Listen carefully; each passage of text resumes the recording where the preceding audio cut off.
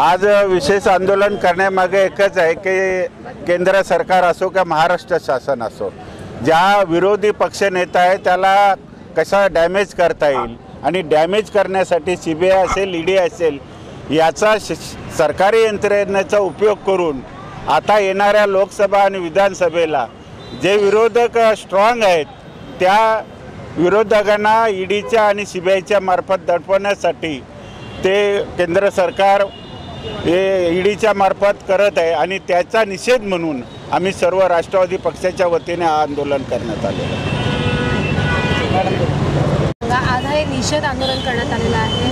अनेक महिला पदाधिकारी कार्यकर्ते उपस्थित आहेत। नेमकं कशासाठी हे आंदोलन आहे, काय मागणी? हे राज्यव्यापी घंटानाद आंदोलन आम्ही आज इथे नवी मुंबई इथंही करत आहोत।